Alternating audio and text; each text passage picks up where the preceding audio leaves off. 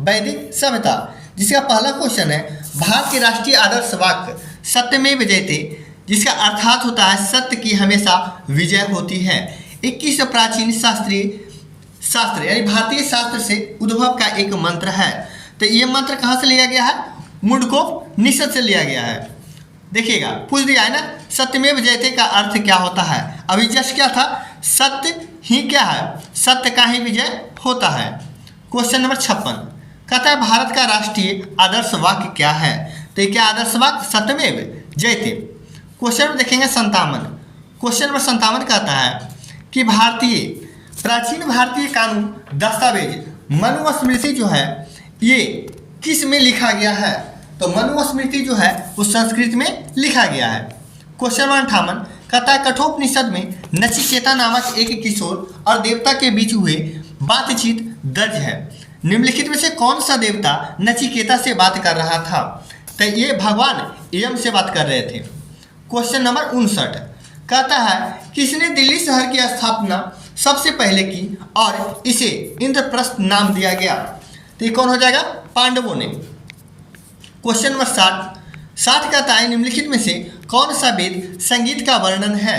संगीत का वर्णन कौन सा है? स से सामवेद, स से संगीत।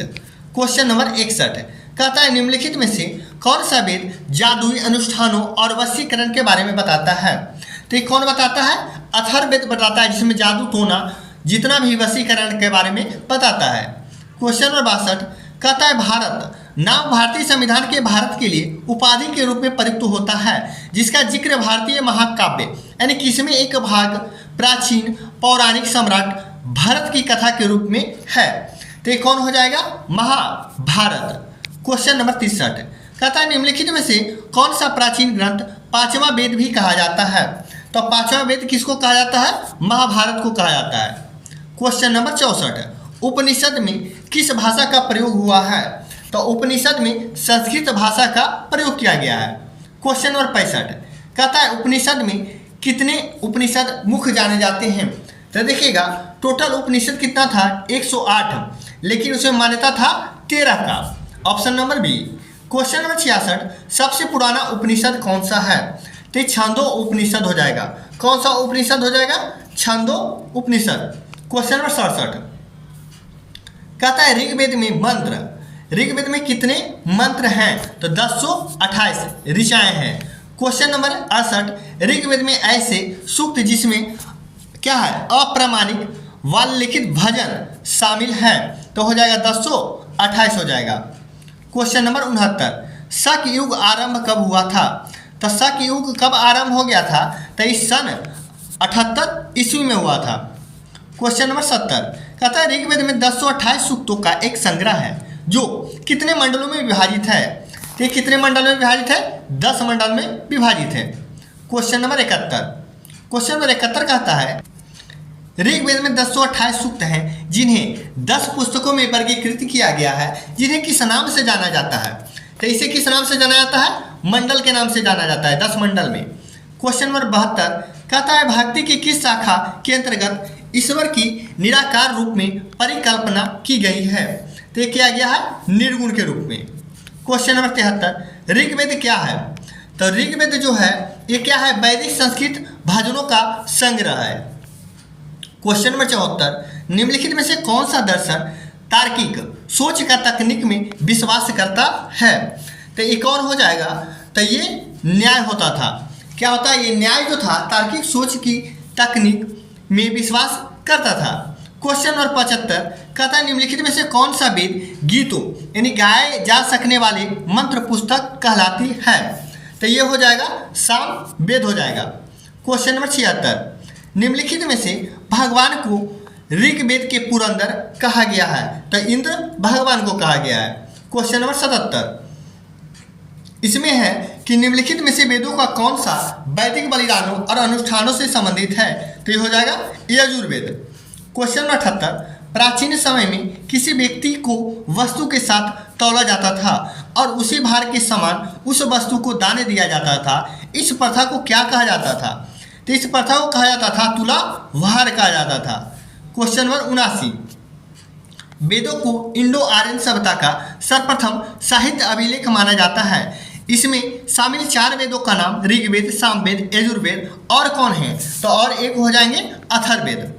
क्वेश्चन नंबर 80, धनुर्वेद यजुर्वेद का उपवेद है, इसका संबंध देखिएगा किससे है? तो इसका संबंध जो है किससे है? युद्ध कौशल से है। क्वेश्चन नंबर 81, चारों वेद में सबसे पुराना वेद कौन सा है? तो इसमें सबसे पुराना वेद ऋग्वेद है।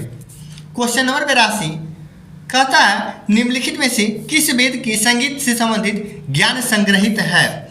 तो किस में हो जाएगा? साम वेद में हो जाएगा। भारत में वैदिक काल की अवधि कब से कब मानी जाती है? तो 1500 से 600 ईसा पूर्व तक मानी जाती है।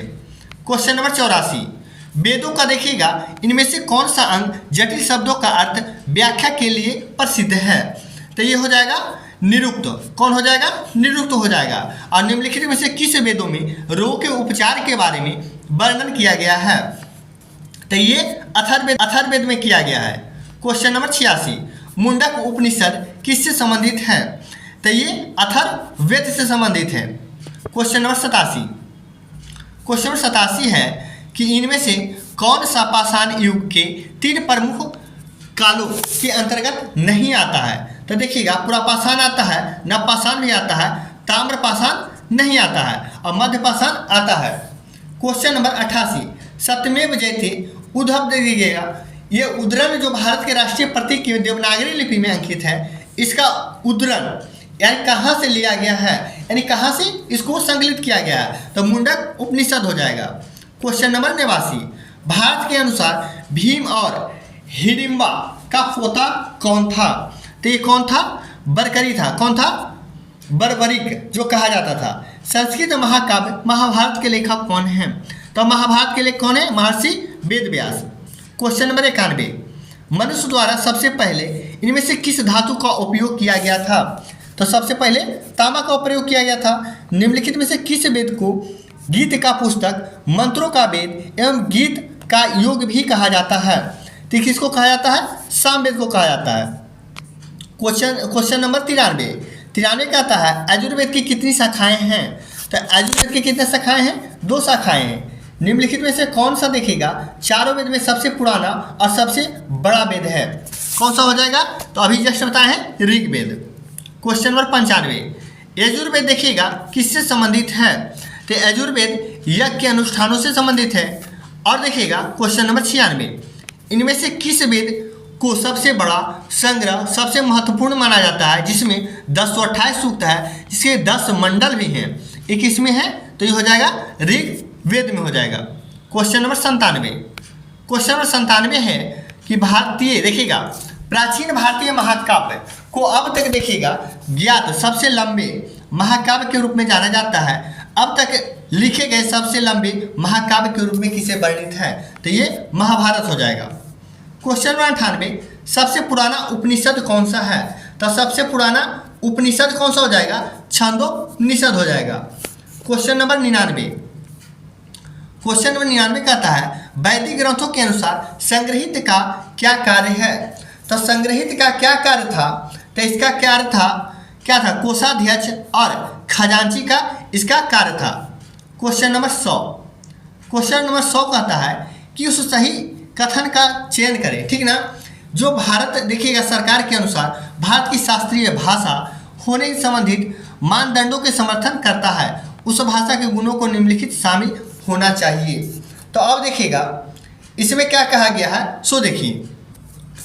पहला कह रहा है कि उसके प्रारंभिक ग्रंथों और अभिलेखों इतिहास के अधिक प्राचीनतम 1500 से 2000 वर्ष से अधिक प्राचीन हो। हाँ, ये सही है। अब देखिएगा सेकंड कह रहा है उसके प्राचीन साहित्य ग्रंथों का एक निकाय हो जिसे वह भाषा बोलने वाले लोगों की पीढ़ियों द्वारा मूल्यवान विरासत माना जाता हो। हाँ, विरासत माना जाता हो, ये भी सही है। अब देखिएगा 3 और 4। 3 कह रहा है उसकी साहित्यिक परंपरा और मौलिकता हो। क्या है? परंपरा में मौलिकता होना चाहिए। ठीक ना? जिसकी भाषा समुदाय के उधार नहीं ली हो, कोई समुदाय का क्या है? उधार नहीं ली हो, यानी ये भी सही है। जिसके बोलने वालों की संख्या कम से कम 20 लाख हो, ऐसा बात नहीं है, यानी 1 2 3 क्या है? सही है, ऑप्शन नंबर सी हो जाएगा। क्वेश्चन नंबर 101 कहता है चारों वेद में किस वेद को यज्ञ, सूत्रों के वेद के रूप में जाना जाता है, जिसमें समान उद्देश्य के लिए इच्छित छंदों के साथ साथ विभिन्न संस्कारों के लिए अपनाए जाने वाले गद सूत्र भी शामिल है। तो ये क्या हो जाएंगे, तो ये हो जाएगा यजुर्वेद में। क्वेश्चन नंबर 102, देखिए क्वेश्चन नंबर 102 है बृहदारण्य और मुंडक, तैत्तिरीय ये जो है किस श्रेणी के धार्मिक ग्रंथों का उदाहरण है। तो हो जाएगा उपनिषद का। आज का सेशन यहीं से खत्म होता है।